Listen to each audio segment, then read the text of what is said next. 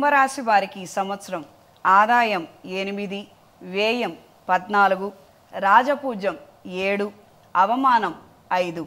ఈ సంవత్సరం కుంభరాశి వారికి ద్వితీయ స్థానంలో శని, లగ్న ద్వితీయ స్థానంలో రాహువు, చతుర్థ పంచమ షష్టమ స్థానాలలో గురువు, అష్టమ సప్తమ స్థానాలలో కేతువు, రవిచంద్ర గ్రహాలు గురు శుక్ర మౌఢ్యములు ప్రధానమైన ఫలితాలను నిర్దేశిస్తున్నాయి. తీసుకున్న రుణాలను చెల్లించడానికి చేసే ప్రయత్నాలలో ఎన్నో ఆటంకాలు ఏర్పడతాయి. గృహ నిర్మాణం మధ్యలోనే ఆపివేసే పరిస్థితులు ఏర్పడవచ్చు. పై అధికారులకు మీ మీద మంచి అభిప్రాయం ఉన్నప్పటికీ ప్రయోజనాలు మాత్రం దక్కట్లేదని మీరు భావిస్తారు.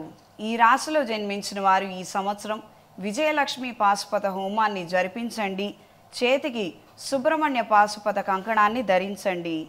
నిత్యం లక్ష్మీదేవి పూజ చేసుకోగలిగితే విశేషమైన ఫలితాలు సంప్రాప్తిస్తాయి.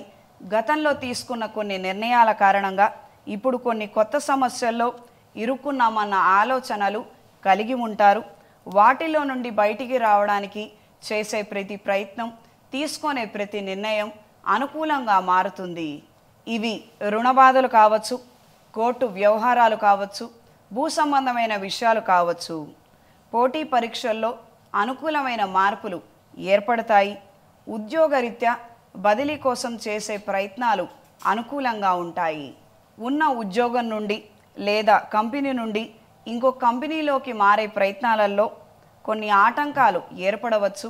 మధ్యలో 2 నెలలు ఖాళీగా ఉండే అవకాశం ఉంది. జాగ్రత్తలు వహించండి. రాజకీయాల్లో ఉన్నవారికి కాలం కలిసి వస్తుంది. రాజకీయ పైరవీలు లాభిస్తాయి. కళ సాంస్కృతిక రంగాల్లో ఉన్నవారికి కాలం అనుకూలంగా ఉంటుంది. రైటర్స్కి, పబ్లిషర్స్కి, సంగీత కళాకారులకు కాలం కలిసి వస్తుంది.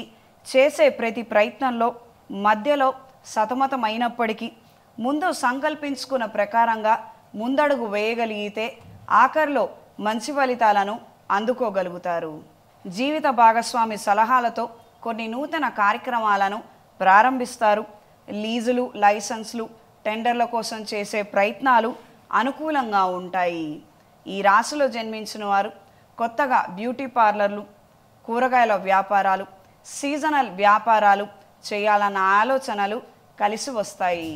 విన్నారు కదా, కుంభరాశి వాళ్ళు నిర్ణయాలు తీసుకునేటప్పుడు కొంచెం ఆలోచించి నిర్ణయాలు కనుక తీసుకున్నట్లయితే మంచి జరుగుతుంది అని అంటున్నారు.